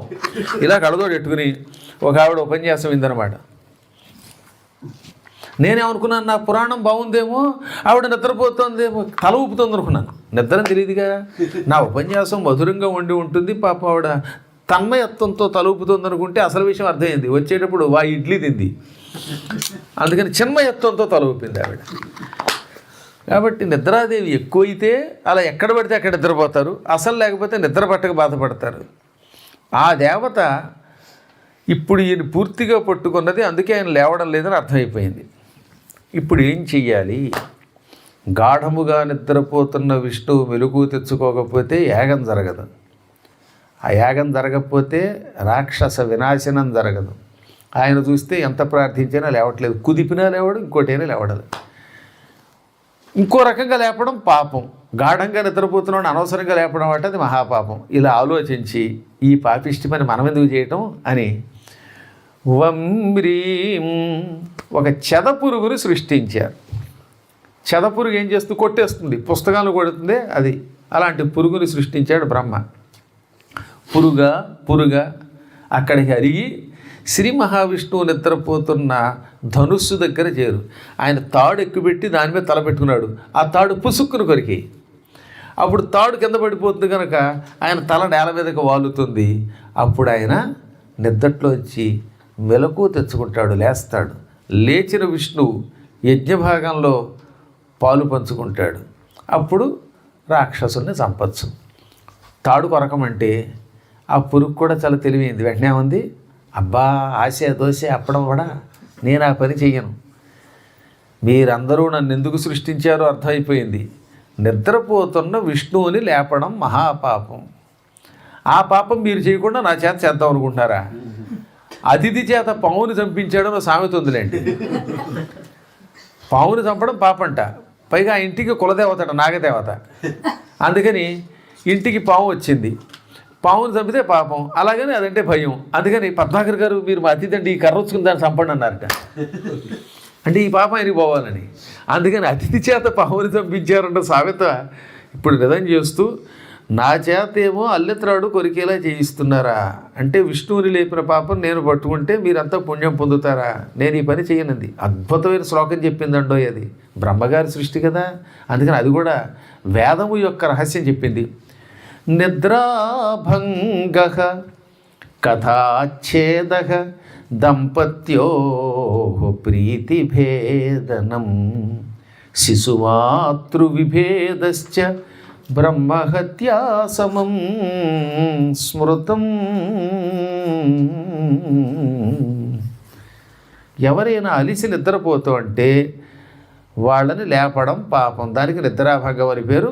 ఈ నిద్రాభంగం బ్రహ్మహత్యా పాపంతో సమానం. అంటే నాలాంటి వాడు ఒకటి చంపేస్తే వచ్చే పాపం నిద్రాభంగం వల్ల వస్తుందిట. కాబట్టి మీలో ఎవరైనా నిద్రపోతుంటే లేపకూడదు, లేపితే అవుతున్నమాట బ్రహ్మహత్యా పాపం. ఈ పురాణం ఒకప్పుడు విన్నాడు ఒకడు, నేను ఎప్పుడో 1995లో ఏలూరులో చెబుతున్నప్పుడు విన్నాడు. అంటే 31 ఏళ్ల క్రితం మాట. ఆ విన్నాయన బహుశా ఏ కిరణ్ బాల లాంటి వాడు పాపం, భగవంతుడు అంతటి వాడు, భగవాన్ మీరు చెప్పారు కదా నిద్రాభంగం మహాపాపం అనుకున్నాడు పాపం. అంటే ఆయన లాంటి పుణ్యాత్తుడు.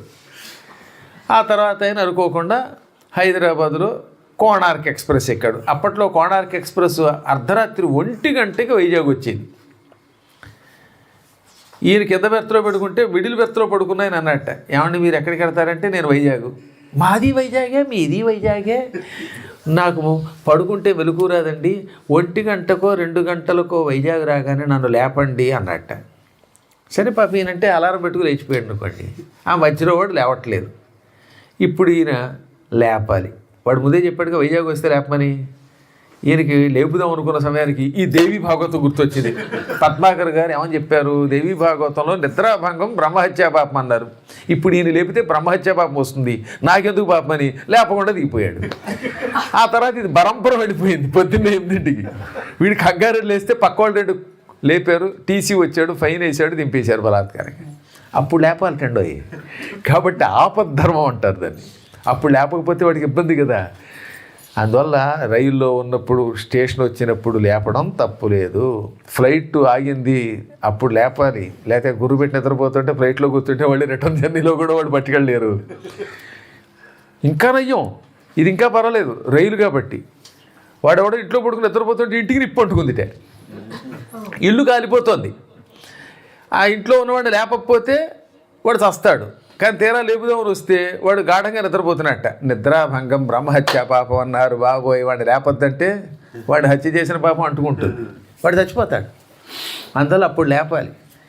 అందువల్ల అనవసరముగా లేపరాదు.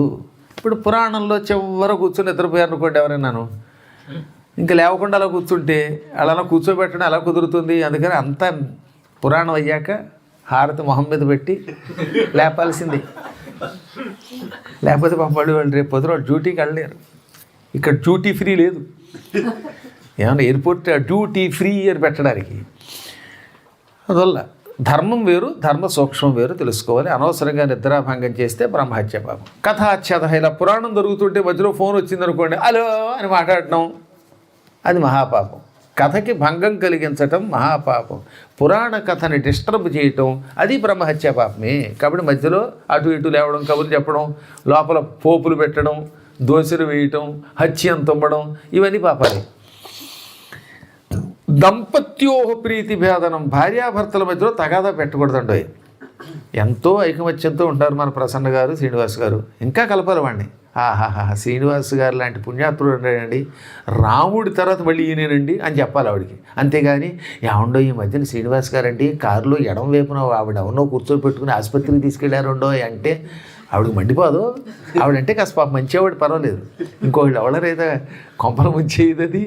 అందులో ఎప్పుడు భార్యాభర్తల మధ్యలో ఐకమత్యం పెంచాలి, కలపాలి తప్ప తగాదా పెట్టకూడదు, విడదీయకూడదు. అలా విడదీయడం కూడా బ్రహ్మహత్యా పాతకమే. శిశుమాతృ విభేదశ్చ. బిడ్డని తల్లిని వేరు చేయకూడదు. పుట్టిన వెంటనే బిడ్డలను నమ్మేస్తున్నారు ఆసుపత్రులు, అది మహాపాపం, బ్రహ్మహత్యా పాపం అది. అలాంటి పాపాలు చేయకూడదు. అందుకని ఏమన్నారు, నిద్రాభంగ, కథాచ్ఛేద, దంపత్యోహ ప్రీతిభేదనం, శిశుమాతృ విభేదశ్చ బ్రహ్మహత్యా సంస్మృతం. ఏది బ్రహ్మ సృష్టించిన పురుగు ఇంత శాస్త్రం చెప్పింది. ఇది వేద రహస్యం, పైగా వేదధర్మం. కాబట్టి నేను ఎలా చంపుతాను, చంపితే నాకేంటి అంది. అప్పుడు బ్రహ్మగారికి ఆశ్చర్యం కలిగింది. ఆహా, నా సృష్టిలో ఏమైనా లోపం ఉందా? పుట్టగానే నన్నే లంచం అడుగుతుంది ఇది. సర్వే స్వార్థవశ అన్నాడైనండి. ఈ ప్రపంచం అంతా స్వార్థవశం అయిపోయింది. తనకి ప్రయోజనం లేకపోతే ఎవడో ఏ పని చెయ్యడు అనుకుని, సరే ప్రస్తుతం పరవ్వాలి కనుక లంచం ఇవ్వడానికి సిద్ధపడ్డాడు. పురుగా విష్ణువుని లేపావంటే నీకు నేను గొప్ప ఉపకారం చేస్తాను. యజ్ఞం జరిగినప్పుడల్లా యజ్ఞంలో నీకు కూడా భాగం వచ్చుగాక. యజ్ఞ భాగం వల్ల నీకు పాపం ఉండదు. యజ్ఞంలో భాగం అంటే అలాగా. సురుక్కు సురవలతో నెయ్యి పోస్తాం కదా యజ్ఞంలో, అప్పుడు ఆ గరిటిలోంచి ఏమవుతుంది, కొంత నెయ్యి కిందకి కారుతుంది. ఆ నేల మీద పడిన నెయ్యి అదృశ్య రూపంలో నీకు అందుగాక. మనుషులు చూడకుండా అది నీ దగ్గరికి వచ్చి నీకు ఆహారం అవుతుంది. దానివల్ల నువ్వు చచ్చాక స్వర్గానికి పోతావు. అందుకే సురుక్కు సురవల్లోంచి నెయ్యి కారుతున్నప్పుడు దాన్ని మనం ఎత్తకూడదు. దేంట్లోకి కింద పడింది చెదపురుగుదే. మనం కక్కుర్తి పెడి గుడ్డతో దాన్ని ఎత్తి అందులో పిండి దాన్ని పద్మాకర్ గారికి భోజనంలో పంపకూడదు. ఆ నెయ్యి చెదపురుగుదే. అనగానే కేవలం సురుక్కు సురవల నుంచి కారే ఆ ద్రవ పదార్థం నాకేం సరిపోతుంది అంది. సరే అలా అయితే నేల మీద పడిన ద్రవ పదార్థాలన్నీ నీవి, ఘన పదార్థాలు మానవులవి అన్నాడు ఆయన. అందుకే నేల మీద మజ్జిగ ఒలికిపోతే దాన్ని ఎత్తి మనం వాడుకోకూడదు, అది అనారోగ్యం కూడా కదా. అది చెదపురుగుది. నేల మీద ఒలికిపోయినటువంటి ఈ నెయ్యి, నీళ్లు ఇలాంటివి ఎత్తి గుడ్డతో పిండి పళ్ళెంలో పోసి ఇంటికి వచ్చిన వాళ్ళకి పెట్టకూడదు. మజ్జిగ వేస్ట్ అయిపోతుందని మజ్జిగ ఒలిగిపోతే నేల మీద దాన్ని శుభ్రంగా తుడిచేసి కిరణ్ గారికి పోసేశారంటే అమ్మ బాబోయ్ మనకి బ్రహ్మహత్య బాబు చుట్టుకుంటుంది. ఇంకొక్కటి కావాలంది. అప్పుడు పుస్తకములు కొంతమంది ఇతరుల దగ్గర నుంచి చదువుతామని తీసుకెడతారు, తిరిగి ఎవరు తాము చదవరు, ఎవరు రహస్యంగా బీరువాలో పెడతారు. ఇలా ఎవరికి ఇవ్వకుండా చదవకుండా బీరువాలోనే ఎప్పుడు దాచుకునే పుస్తకాలన్నీ నీవి అన్నాడు. అందుకే చెదపురుగులు వాటిని తినేస్తున్నాయి. అందులో పుస్తకాలు ఏం చేయాలి, నెలకోసారైనా దులపాలి, అప్పుడప్పుడైనా ఒక అక్షరం చదవాలి. ఆ మధ్యన ఒక ఇంటికి వెళ్ళాం. ఇంటి నిండా ఎన్ని పుస్తకాలు, అబ్బా ఎన్ని పుస్తకాలు సేకరించారండి అని చూస్తే అవి సేకరణ కాదండోయ్, ఫలానా లైబ్రరీ ఫలానా వాడు అందరి దగ్గర కొట్టుకొచ్చాడు ఆయన, తస్కరణ. అవన్నీ తీసుకొని లైబ్రరీ పెట్టాడు ఏకంగా. అందుకే ఎవరికి ఎవట్టయినా పుస్తకం చచ్చిన ఎవరండి, ఎందుకంటే ఇవన్నీ నేను అలా సేకరించినవే, మళ్ళీ మీ దగ్గరికి వెడితే మీ దగ్గర కూడా అవి సేకరణ పేరుతో తస్కరణ అవుతాయి అన్నాడు ఆయన. ఆ పుస్తకాలు ఏమవుతాయి, చివరికి ఎవరు చదవకుండా ఇంట్లో దాస్తే చేదలు పట్టుకుపోతాయి. ఇలా వరమిచ్చాక అప్పుడు ఆ పురుగు వెళ్ళి టక్కున అల్లితాడు పుట్టుక్కును కొరికింది. అల్లితాడు బాగా లాగి ఎక్కుపెట్టి ఉంచాడు ఆయన. స్టిఫ్గా ఉందన్నమాట, గట్టిగా ఉన్నది. ఇది కొరకడంతో పెద్ద శబ్దంతో పైకి లేచిపోయింది.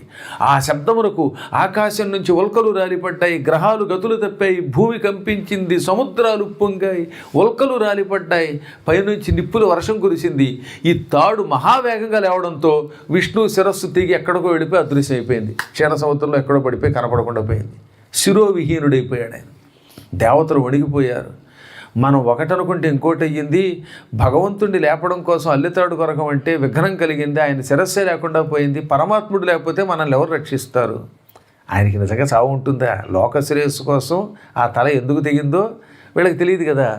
అందుకని ఏడ్చి ఇప్పుడు ఈ కష్టం నుంచి బయటపడాలంటే శిరస్సు తెగడానికి మూల కారణమైన మాయాశక్తినే ధ్యానించాలి. మాయాశక్తి వల్లే శిరస్సు తెగిలిందని వాళ్ళకి తెలుసు. అందుకని వెంటనే అమ్మని భక్తితో జపించారు. వాళ్ళు జపం చేయలేరు కనుక ఆ సమయంలో వాళ్ళకి బుర్ర పని చేయక వేదములను పిలిచి, వేదములలారా మా తరపున మీరు స్తోత్రం చెయ్యండి అనగా వేదములు 4 రూపాలు ధరించి అమ్మవారిని భక్తితో తుష్టి పుట్టిర్ ధృతిర్దీప్తిశ్చంద్రాదిత్య విమర్దిని అంటూ అమ్మవారిని స్తోత్రం చేసే. ఆ స్తోత్రములకు అమ్మ సంతోషించి ఆకాశంలో సింహవాహనం మీద ప్రత్యక్షమయ్యింది. నాయనలారా, ఈ విష్ణు శిరస్సు తెగడం వెనకాల ఒక కారణం ఉన్నది. కారణం లేకుండా ఈ సృష్టిలో ఏ పని జరగదు. అందులో ఈయన శిరస్సు తెగడానికి 2 కారణములు కూడా ఉన్నాయి. ఒకటి, ఒకప్పుడు పాల సముద్రంలో లక్ష్మీదేవి ఆయన పాదాలు ఎత్తింది. హఠాత్తుగా ఇలా తల అనుకుంటూ ఉంటే, కళ్ళు ఇలా తుడుచుకుంటూ ఉంటే ఈ కళ్ళకున్న కాటిక బొగ్గ మీద అంటుకుంది. బొగ్గ మీద కాటుక నల్లని మచ్చ అందంగా కనపడింది, బ్యూటీ స్పాట్.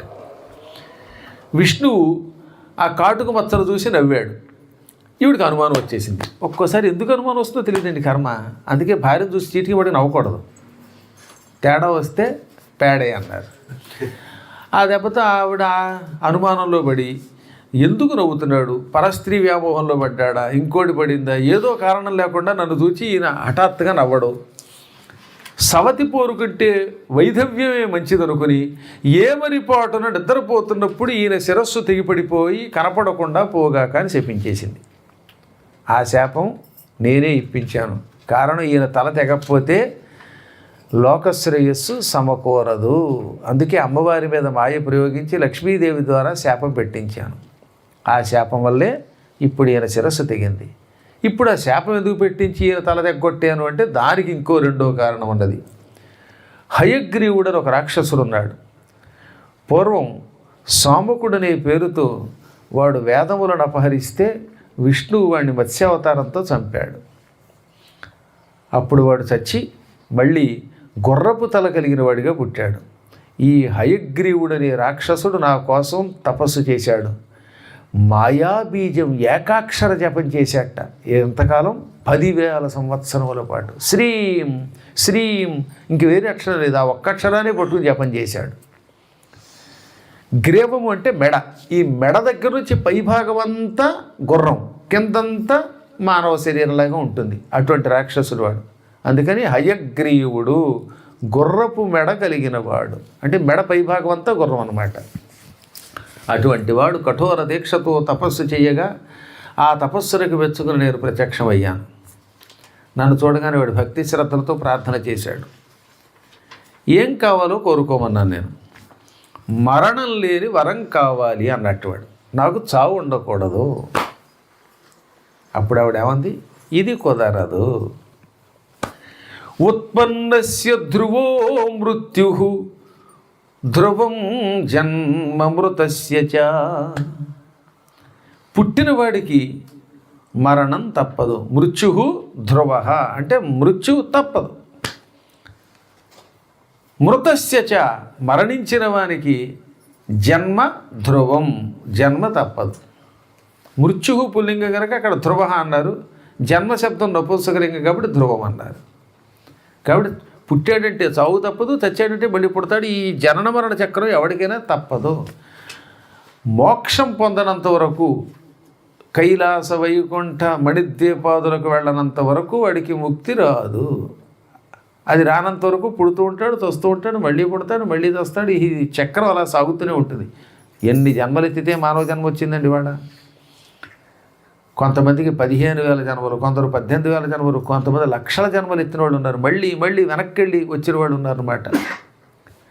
పునరపి జననం పునరపి మరణం పునరపి జననం పునరపి మరణం పునరపి జననీ జఠరే శయనం ఇహ సంసారే బహుదుస్తారే కృపయా పారే పాహి మురారే భజ గోవిందం భజ గోవిందం గోవిందం భజ మూఢమతే అని. అందుకే శంకరుడు ఎంతో అద్భుతంగా గోవింద గోవింద గోవింద అంటూ గోవిందుణ్ణి సేవించు.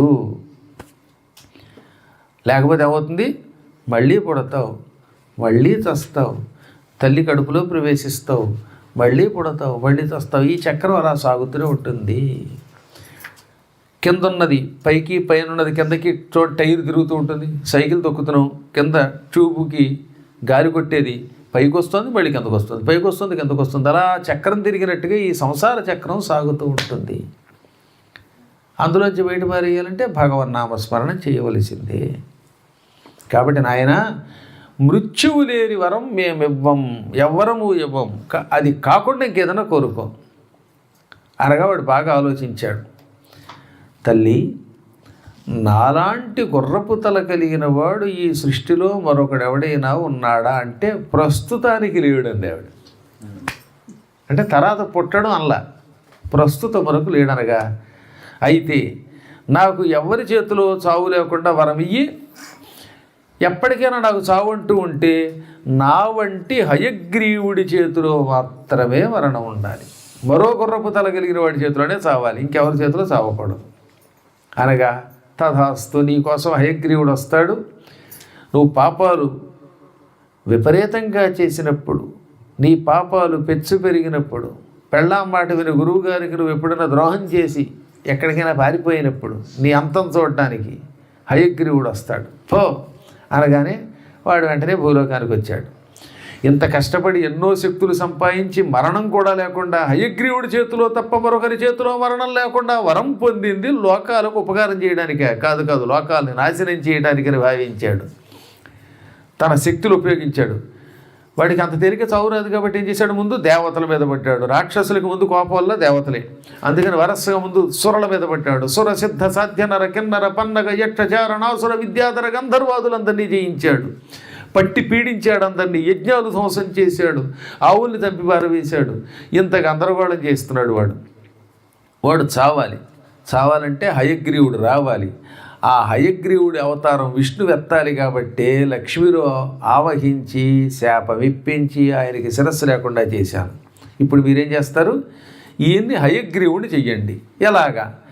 లోహంతో విశ్వకర్మ ద్వారా ఒక గుర్రపు తల తయారు చేయించండి. లోహాలతో ఏం చేస్తారు? ఇనుము, వెండి మొదలైన అన్ని లోహాలు కలిపి ఒక గుర్రపు తల తయారు చేయించండి. ఆ తల ఈయనకి తగిలించగానే టక్కున తుక్కుని ఈయనకి ప్రాణం వస్తుంది.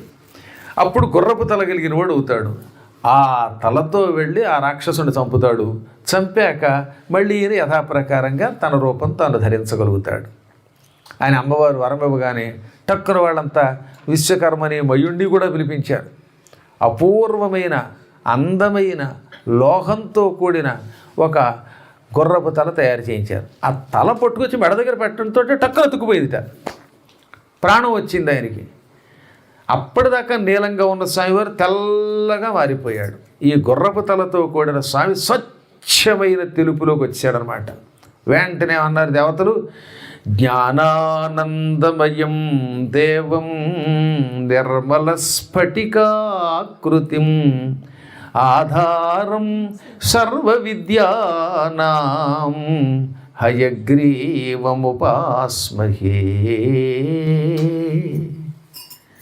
స్వచ్ఛమైన స్ఫటికంలాగా తెల్లగా ఉన్నాడు ఆయన. జ్ఞానానంద స్వరూపుడు. ఆనందం చాలామందికి రకరకాలుగా కలుగుతుంది. కొందరికి బజ్జీ తిన్నా ఆనందం కలుగుతుంది, డ్రింక్ తాగినా ఆనందం కలుగుతుంది. ఈ ఆనందాలు అశాశ్వతాలు.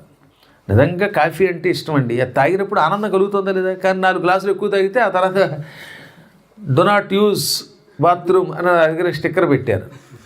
వద్దన్నా పరిగెడతాడు అందులోకి 4 సార్లు కాఫీ తాగితే. అంటే ఆయన ఎందుకు స్టిక్కర్ పెట్టారా? నేను వెళ్ళకూడదా అనుకున్నారు, కానీ నాకు తర్వాత గుర్తొచ్చింది, నా కోసమే స్టిక్కర్ పెట్టారు, నేను తప్ప ఎవరు వెళ్ళకూడదు, అది ఆయన ఉద్దేశం. ఇప్పుడు నేనే అనుకున్నానంటే ముందు నన్ను కూడా వెళ్ళొద్దన్నారేమో అనుకున్నాను. తర్వాత నాకు నేనే బుర్ర ఉపయోగించి నా బాత్రూమ్ దగ్గర ఇది పెట్టారు అంటే ఇంకెవరు వెళ్ళకూడదు, నేను మాత్రమే వెళ్ళాలని. ఇంతలో ఏం చేశాడు మావాడు, ఆ స్టిక్కర్ లాగిపోయాడు. అది ఎప్పుడో ఎవరో బాగు చేస్తున్నప్పుడు పెట్టారండి, ఇప్పుడు తీసేసి నేను లోపలికి వెడతానని. ఒరే నాయన లాక్కరా బాబు, ఆ స్టిక్కర్ లాగేస్తే ఇప్పుడు ఏం దూరేస్తాడు అందులోకి, దూరితో పట్టాను బయటికి రాడు. అందువల్ల తీయొద్దన్నాను. తీయలేదు కదా నాయన. ఆ స్టిక్కర్ ఎందుకు పెట్టారంటే అక్కడ except Guruji do not use అని పెట్టాలి. అక్కడ ఆ ఎక్సెప్ట్ గురూజీ ఎవడో పీకేశాడు. అక్కడ 2 లెటర్ బోర్డు ఉంటే మధ్యలో అవి పెట్టాట టాయిలెట్ అని. అలాగా అత్యంత పరవాడు తెలివితేటలు. దాని పెద్ద ఆయన పెట్టింది ఉద్దేశం అదనమాట. This is only for Guruji, మిగతా వాళ్ళు ఎవరు యూజ్ చేయకూడదు, అది అక్కడ ఉద్దేశం. అలాగా ఆనందములు రకరకాలు. భౌతిక వస్తువుల వల్ల వచ్చే ఆనందం తాత్కాలికం, అనారోగ్యం. అదే జ్ఞానం పొందడం వల్ల ఎంత ఆనందం కలుగుతుందంటే, కొన్ని గ్రంథాలు చదువుతుంటే ఏదో తెలియని ఉత్సాహం కలుగుతుంది. ఈ కథలు వింటున్నప్పుడు వచ్చే ఆనందం ఇంక దేనివల్ల వస్తుంది? అందువల్ల జ్ఞానము వల్ల కలిగే ఆనందమే ఆయన స్వరూపం. అందుకని జ్ఞానానందమయుడు అన్నారు. స్వచ్ఛమైన స్ఫటికల్లా తెల్లగా ఉంటాడు. సమస్త విద్యలకి మూలకారకుడు. అందుకే అక్షరాభ్యాస సమయంలో ఆయన తలుచుకోవాలి. అటువంటి హయగ్రీవుణ్ణి ఉపాసిస్తున్నామనగానే ఆయన విజృంభించి లేచాడు. దేవతలారా, ఆ దుష్టుణ్ణి చంపుతానని దేవతలకు నాయకత్వం వహించి హయగ్రీవుడి మీదకి దండయాత్రకు వెళ్ళాడు. అంత పూర్వం జయించలేని వాడిని ఈ క్షణం వాడితో యుద్ధం చేసి చంపి అవతల పారేశాడు. ఆ విధంగా హయగ్రీవుడు అనే రాక్షసుడిని ఈ హయగ్రీవుడు చంపాడు.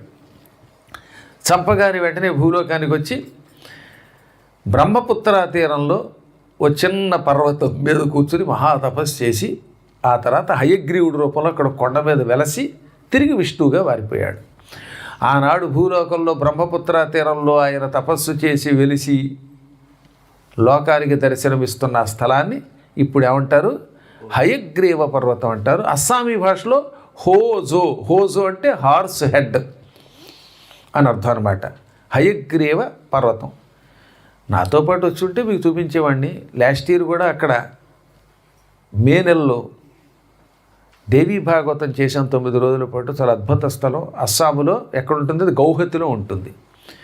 అమ్మవారు కామాఖ్యాదేవి పర్వతం ఒక పక్కన ఉంటే బ్రహ్మపుత్రలో హయగ్రీవ ఆలయం ఉన్నది. ఎంత గొప్ప ఆలయం అండి. అక్కడ తపస్సు చేసి హయగ్రీవుడు తన శరీరమునే ఒక విగ్రహంగా మార్చాడు. కాబట్టి ఆ విగ్రహం ఏంటనమాట? స్వయంభూ విగ్రహం. అలా విగ్రహంగా మారాక అప్పుడు ఆయన తిరిగి విష్ణువుగా మారిపోయి హయగ్రీవ రూపం విడిచిపెట్టి వైకుంఠానికి చేరాడు. ఆయన అక్కడ మహాతపస్సు చేశాడంటే 1000 ఏళ్ళు తపస్సు చేశాడు. ఆ తపస్సునికి మెచ్చుకొని అమ్మవారు ప్రత్యక్షమై ఏం కావాలో కోరుకోమంటే లలితా సహస్రనామం ఇమ్మన్నాడు. అందుకని లలితా సహస్రనామం అమ్మవారు ఆయనకి ఇచ్చింది. ఈ హయగ్రీవ రూపంలో ఉన్న ఆయన ఏం చేశాడు? తర్వాత తాను నేర్చుకున్న సహస్రనామం ఎవరికి చెబుదామా అనుకుంటూ ఉంటే తీర్థయాత్రలు చేస్తూ అగస్త్యుడు లోపాముద్రతో అక్కడికి వచ్చాడు. ఆ లోపాముద్ర అగస్త్యుడు ఆయన్ని సేవించారు. అప్పుడు అగస్త్యుడు నాకు ఆ సహస్రనామం ఇమ్మంటే ముందు ఆయన చేత జపం చేయించి అమ్మవారి పూజ చేయించి అప్పుడు ఈ సహస్రనామం ఇచ్చాడు. అందుకే అక్కడ ఎవరుంటుంది, హయగ్రీవాగస్త్య సంవాదే అని ఉంటుంది. అస్య శ్రీ లలితా సహస్రనామ స్తోత్ర మహామంత్రస్య వశిన్యాది వాగ్దేవతార విషయ అని ఉంటుంది. చివరిలో ఏమని చెప్తాడు అనమాట అయిపోయాక, హయగ్రీవాగస్త్య సంవాదే శ్రీ లలితా రహస్యనామ సహస్ర స్తోత్ర కథనన్నామ తిథియోధ్యాయ. హయగ్రీవుడికి అగస్త్యునికి సంవాదం కలిగింది. అప్పుడు హయగ్రీవుడిని అగస్త్యుడు అడిగితే ఆయన ఈ స్తోత్రం ఇచ్చాడు అని ఉంటుంది. కాబట్టి అమ్మ దగ్గర నుంచి డైరెక్ట్గా హయగ్రీవుడికి వస్తే, హయగ్రీవుడు దానిని అగస్త్యునికి ఇస్తే, అగస్త్యుని ద్వారా లోకంలో బాగా వ్యాప్తి చెందింది. ఆ వ్యాప్తి చెందిన స్థలం అనమాట బ్రహ్మపుత్ర అంటే. అంత గొప్ప దివ్యస్థలం అండి అది. తప్పక జీవితంలో ఒకసారైనా చూడాలి.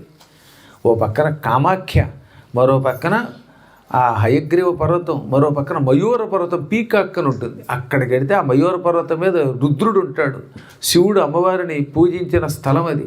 అక్కడ రుద్రుడి యొక్క ఆలయం అద్భుతంగా ఉంటుంది. చూసి తీరవలసిన దివ్య స్థలాల్లో అదొకటి అనమాట. ఇంకా అక్కడే నవగ్రహాలయం ఉంటుంది. నవగ్రహాలు శివలింగ రూపంలో ఉంటాయి అక్కడ. సూర్యుడు శివలింగం, ఆ పక్కన ఆయన భార్య శివలింగ రూపంలో ఉంటుంది. ఆ నవగ్రహాలను అక్కడ స్వయముగా నరకాసురుడు ప్రతిష్ఠించి పూజించాడు చాలా కాలం. ఆ నవగ్రహాలను పూజించినంతకాలం నరకాసురుడిని ఎవరు ఏం చేయలేరని వరం ఆయనకి. పోయే కాలం వచ్చినప్పుడు ఏం చేస్తారనమాట, మర్చిపోతారు అవి. శ్రీకృష్ణుడు దండయాత్రకి రాగానే నారదుడు వెళ్ళి, నరక యుద్ధానికి గడుతున్నావా అంటే, అవును కృష్ణుడి మీద గడుతున్నాను అన్నాడు.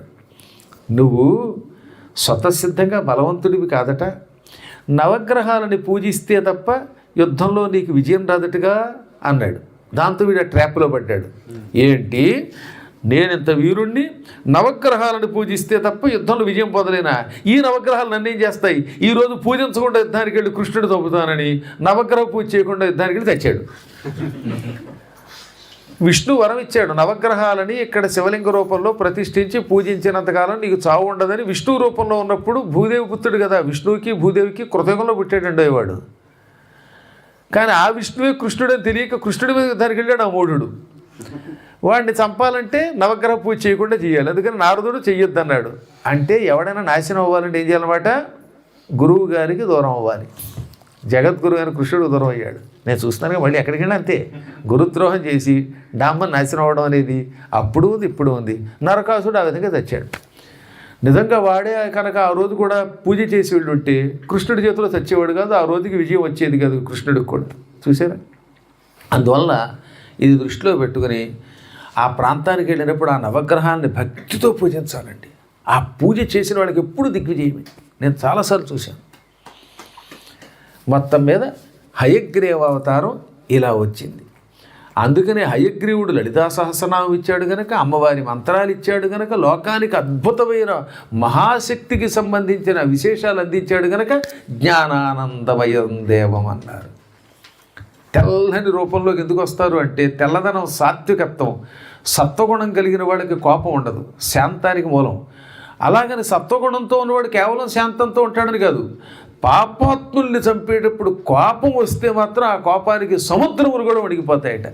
రాముడు ఉన్నాడు, ఎప్పుడు శాంతంగానే ఉంటాడు, కానీ కోపగిస్తే దేవతలు భయపడ్డారు, సముద్రుడు భయపడ్డాడు. అలా ఉండాలండి. శాంతం అంటే వెళ్ళి చేతకాంతనం కాదు. ఈ తురకాళ్ళను చంపేటప్పుడు నరికి పారేయాలి, ఉత్తప్పుడు ప్రశాంతంగా ఉండాలి. గురువుగారు వచ్చినప్పుడు చక్కగా పాయసం చేసి పెట్టాలి, తురకాడు వచ్చినప్పుడు కత్తుతూ నరికేయాలి. అలా ఉండాలట. అలాంటి సత్వగుణ స్వరూపుడైన హయగ్రీవుని యొక్క అవతారంతో దేవీ భాగవతం ప్రారంభమవుతుంది. ప్రథమ స్కంధంలోనే ఉంటుంది. ఇది పైగా 5వ అధ్యాయంలోనే చంపి అవతల పారేశాడు.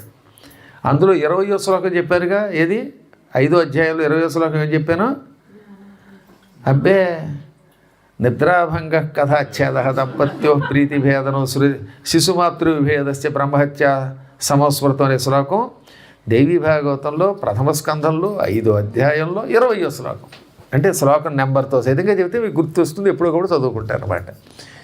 ఈ విధమైన హయగ్రీవ కథతో ఇవాళ మనం ప్రారంభించుకున్నాం. వాళ్ళేమో 18,000 శ్లోకాలు, 12 స్కంధాలని ఈ 3 రోజులు, 4వ రోజు ఉదయం సోమవారంతో పూర్తి చేస్తారు. అంటే 9 పూటల కింద లెక్క.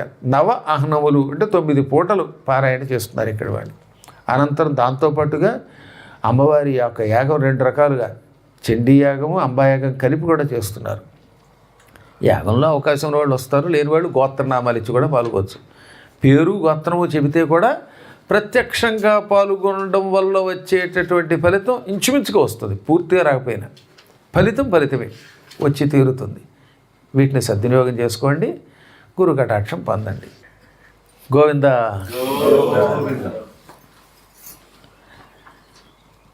అమ్మవారి మీద పాడుకుందాం. ఇక ఒక పాట పాడుకుని ఈ పూట పూర్తి చేసుకుందానంట.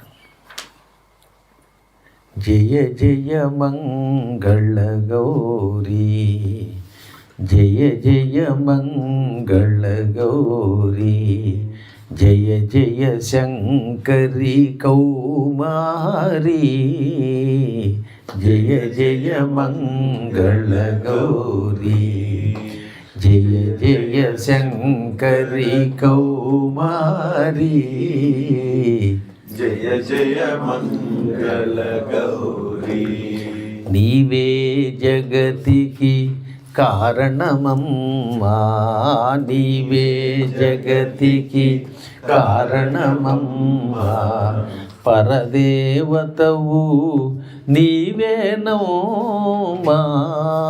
నీవే జగతికి కారణమమ్మా, పరదేవతవు నీవేనమ్మా, నీవే మా ఇలవేలుపువమ్మా,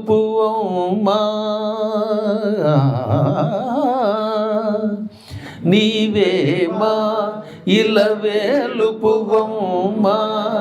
జయమున సంగవే సర్వమంగళ, జయమున సంగవే సర్వమంగళ, జయ జయ మంగళ గౌరీ, జయ జయ శంకరి కౌమారీ, జయ జయ మంగళ గౌరీ.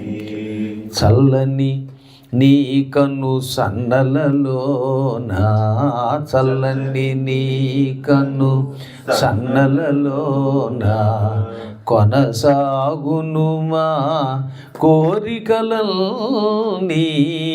చల్లని నీ కన్ను సన్నలలోనా, కొనసాగును మా కోరికలన్నీ, నిలబడవే మా వెన్నుకాపుగా, నిలబడవే మా వెన్నుకాపుగా, జయమున సంగవే సర్వమంగళ, జయమున సంగవే సర్వమంగళ, జయ జయ మంగళ గౌరీ, జయ జయ శంకరి కౌమారీ, జయ జయ మంగళ గౌరీ.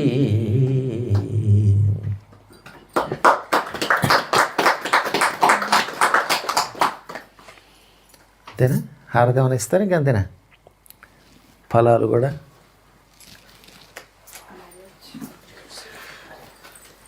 ఇంకొక పాట పాడుదాం. అదా ఇంకోటి పాడుదాం.